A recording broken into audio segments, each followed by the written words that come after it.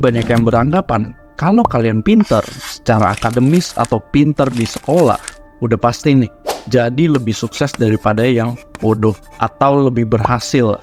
Anggapan ini nggak salah, karena sebagian besar sistem pendidikan selalu pakai tolak ukur penilaian akademis. Jadi udah ditanemin sedari kecil kalau kita tuh harus dapat nilai yang bagus di sekolah. Akhirnya ini jadi standar hidup kita. Tapi kalian pernah nggak ada temen waktu sekolah dulu yang dianggap bodoh atau nakal, tapi ternyata sekarang lebih sukses daripada yang pinter? Dan kalau kita lihat contoh beberapa orang terkaya kayak Bill Gates, Steve Jobs, apakah mereka orang-orang jenius atau berprestasi tinggi di sekolah? Justru mereka bukan lulusan terbaik, malah mereka nggak nyelesain kuliahnya, tapi mereka bisa sukses kayak sekarang ini. Jadi buat ngejawab fenomena ini, gue bakal mulai dari hubungan antara kecerdasan dan kesuksesan. Ada beberapa penelitian yang coba untuk cari tahu sejauh mana sih kecerdasan mempengaruhi kesuksesan orang. Salah satunya Profesor Lewis Terman dari Stanford University yang coba meneliti sekitar 1.400 anak dengan IQ yang superior di angka 140-200 dengan asumsi anak-anak yang punya IQ tinggi tadi adalah seseorang yang bakalan ngejalanin hidup itu lebih mulus, lebih mudah, udah pasti sukses, karir udah pasti bagus, atau bisa jadi top orang terkaya 1% lah. Dan kenyataannya nggak seperti itu. Profesor Lewis Terman ini sampai ngikutin ke kehidupan mereka juga, mulai dari nilai sekolah, kehidupan pribadi, pernikahan, dan kemudian karirnya. Ini semua diikutin step by step. Jadi, cuma ada beberapa yang benar-benar bisa dianggap sukses. Jauh banget dari prediksi awal. Rata-rata, anak-anak ini memang punya penghasilan yang cukup bagus, tapi gak yang sampai benar-benar top. Malah ada 2 anak yang gak masuk ke dalam penelitian karena ternyata IQ-nya kurang tinggi, tapi malah bisa dapat hadiah penghargaan, bisa berhasil. Nah, ini kan jadi tanda tanya besar di sini. Apakah tolak ukur dan penilaian yang selama ini diajarin di sekolah atau sistem pendidikan kita itu benar-benar ngebantu buat hidup ke depannya? Dan akhirnya gue coba untuk ngebedah hal apa aja yang seringkali jadi kesalahan dan bisa menghambat kesuksesan orang-orang pinter ini. Menunda dan gak berani ambil resiko. Orang pinter seringkali kejebak di situasi yang cukup sulit.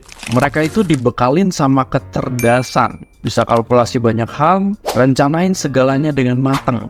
Ironisnya, mereka seringkali susah buat mulai, karena kepala mereka itu udah penuh sama kalkulasi yang tadi, yang akhirnya mereka nggak berani ambil resiko, takut gagal. Tapi pernah nggak kepikiran, apa yang terjadi kalau misalnya berhasil? Analoginya begini, ketika berani ngambil resiko, berarti kalian ngedorong diri kalian sendiri buat keluar dari zona nyaman, di mana itu ada peluang besar, potensi buat berhasil, dan pastinya ada kegagalan juga. Tapi kalau kalian lanjutin, kalian berani untuk lanjutin, hal selanjutnya yang bakal muncul itu dorongan buat belajar, adaptasi, dan berkembang. Entah yang kalian temuin itu gagal atau berhasil, ini sama-sama ngasih pengalaman yang bisa jadi bekal kita ke depannya. Tapi yang jadi masalah di sini, sejak kecil kita udah diajari. Jadi sistem edukasi kita udah ngajarin kalau nggak boleh salah, nggak boleh ambil resiko, nggak boleh beda, maka bisa dapat nilai yang baik atau dianggap berhasil. Buat anak-anak yang pinter secara akademis, aturan-aturan kayak gini tuh bukan hal yang sulit. Tapi kalau kita sesuaiin sama kehidupan nyata, entah karir atau bisnis, apakah dengan pola pembelajaran kayak gitu, kita bakal berani untuk ambil resiko. Yang kedua itu, orang pintar seringkali nggak terbuka sama yang namanya networking. Simpelnya, nambah relasi. Networking itu kayak ngebangun komunitas dan saling ngebantu buat mencapai tujuan bersama. Biasanya, orang-orang pintar ini punya kecenderungan buat individual. Dan ini didukung sama studi dari British Psychological Society. Orang pintar itu lebih suka menyendiri karena pada umumnya mereka butuh waktu lebih banyak untuk relax dan nikmatin me time. Jadi kenapa sih networking ini jadi hal yang penting? Beberapa orang pintar seringkali sibuk ngembangin hal-hal yang teknis, cuma seputar keterampilan mereka aja. Itu sebenarnya gak sepenuhnya salah. Tapi bakalan jadi salah kalau nggak diimbangi sama networking. Jadi keuntungan kalau kalian networking, itu bisa nambah wawasan, tukeran informasi penting, dan ngebentuk personal branding. Jadi orang-orang tahu kalian itu siapa, expertnya itu di mana, apa sih yang bisa kalian kerjain. Dan seringkali, networking ini jadi kunci utama buat ngebuka peluang atau project baru, yang mana ini bisa ningkatin perjalanan karir kalian. Orang pintar lebih suka kerja sendiri, karena entah mereka nggak percaya sama kinerja orang lain, atau mereka ngerasa sepintar itu buat ngerjain banyak hal, ketimbang orang yang bodoh, yang mungkin karena mereka nggak ngerti, nggak expert di satu bidang, mereka lebih cenderung ngebagi tugas-tugas itu. Jack Ma, pendiri Alibaba Group, pernah bilang gini, dia tuh nggak ngerti teknologi dan manajemen, jadi dia terus nyari orang-orang yang lebih pintar di masing-masing bidangnya, dan tugas dia itu mastiin supaya orang-orang pintar tadi itu bisa kerja sama buat goals perusahaan. Karena orang yang lebih bodoh itu lebih mudah buat kerja sama, sedangkan yang pintar itu bakalan sulit buat kerja sama. Mungkin lagi-lagi ini ada kaitannya dengan sistem edukasi, dan mungkin ini relate sama pengalaman kita pas sekolah dulu. Jadi ketika ujian, biasanya orang-orang pintar ini pelit untuk sharing jawaban di sekolah, sedangkan yang bodoh biasanya nyari jawaban bareng-bareng. Misalnya nih, grup orang-orang bodoh nih, si A nomor 1-10, si B nomor 20-30. Nah itu mereka kumpul kerja sama buat ngumpulin jawabannya. Entah ini contoh yang baik atau buruk, tapi gue lihat ini relate sama kehidupan kita ketika dewasa nanti. Ketika sekolah, kita dituntut untuk bisa semua hal sendiri jadi yang terbaik. Tapi ketika dewasa, kita masuk ke dunia karir atau dunia kerja, kita dituntut untuk kerja sama dengan macam-macam orang di berbagai bidang yang berbeda. Oke, lanjut lagi. Jadi ini ada beberapa keuntungan yang bisa kalian dapetin kalau kalian kerja sama, atau bisa delegasi tugas-tugas. Yang pertama itu bisa fokus ke hal yang kalian expert.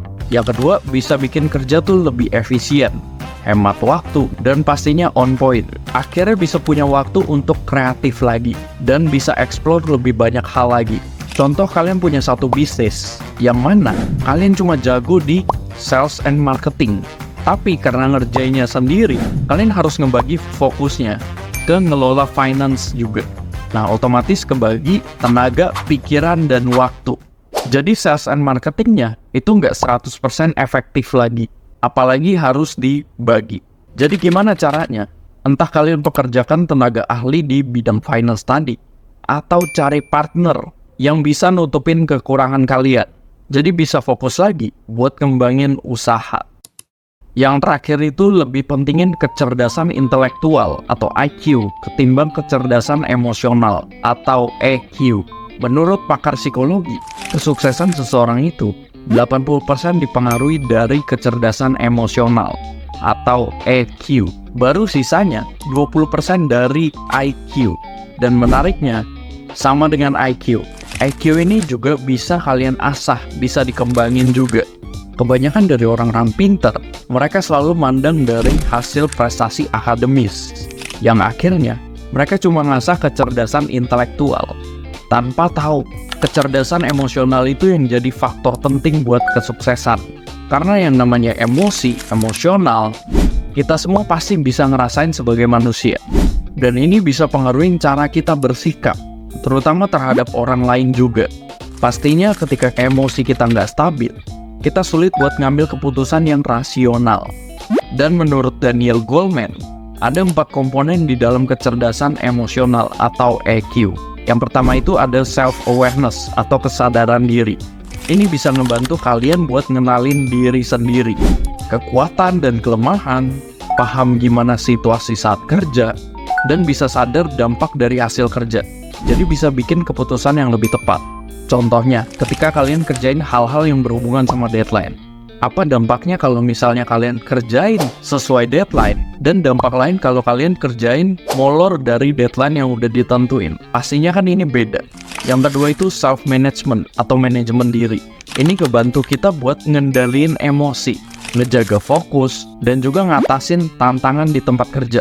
Jadi ini sebenarnya lebih ke kemampuan buat manage, buat ngatur. Gimana caranya kita memotivasi diri kita buat ngerjain sesuatu. Ketika kalian sadar, hal-hal apa aja yang bisa pengaruhin emosional kalian. Kontrol. Gimana cara biar kerja lebih efisien, gimana cara buat ngatur waktu lebih baik, dan gimana caranya buat menghadapi pressure dengan lebih tenang. Yang ketiga itu, social awareness atau kesadaran sosial. Ini ngebantu kita buat pahamin perasaan dan kebutuhan orang lain di lingkungan sekitar.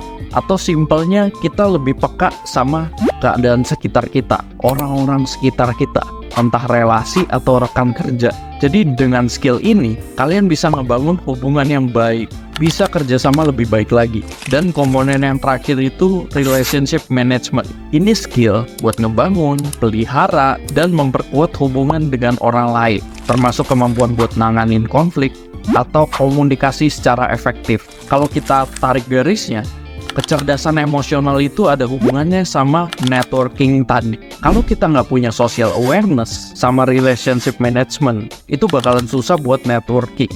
Nah, sampai di sini gue bakal recap 4 faktor yang bisa jadi penghambat orang pinter buat mencapai kesuksesan mereka. Yang pertama itu menunda dan nggak berani ambil resiko. Padahal, ini sebenarnya kunci utama. Ketika menunda dengan segala kalkulasi dan pertimbangan, akhirnya nggak akan mulai apapun, karena takut gagal. Gimana kalau gua ajak kalian buat fokus sama kemungkinan berhasilnya, bukan sama potensi kegagalannya? Itu kan pasti beda. Yang kedua, networking. Padahal seringkali ini bisa jadi kunci peluang. Jadi kalian bisa nambah wawasan, ngebentuk personal branding yang tadi dibutuhin di dunia kerja atau bisnis. Dan yang ketiga itu lebih suka kerja sendirian. Kenapa ini bisa jadi penghambat? Karena akhirnya kalian jadi nggak fokus sama apa yang kalian ekspor. Dan akhirnya kerjaan kalian jadi nggak efisien. Bakalan makan waktu lebih lama ketimbang fokus di satu bidang. Dan yang terakhir, lebih pentingin IQ ketimbang EQ. Di sini kita harus paham, kalau kecerdasan intelektual bukan satu-satunya yang diandelin ketika berhubungan sama dunia kerja.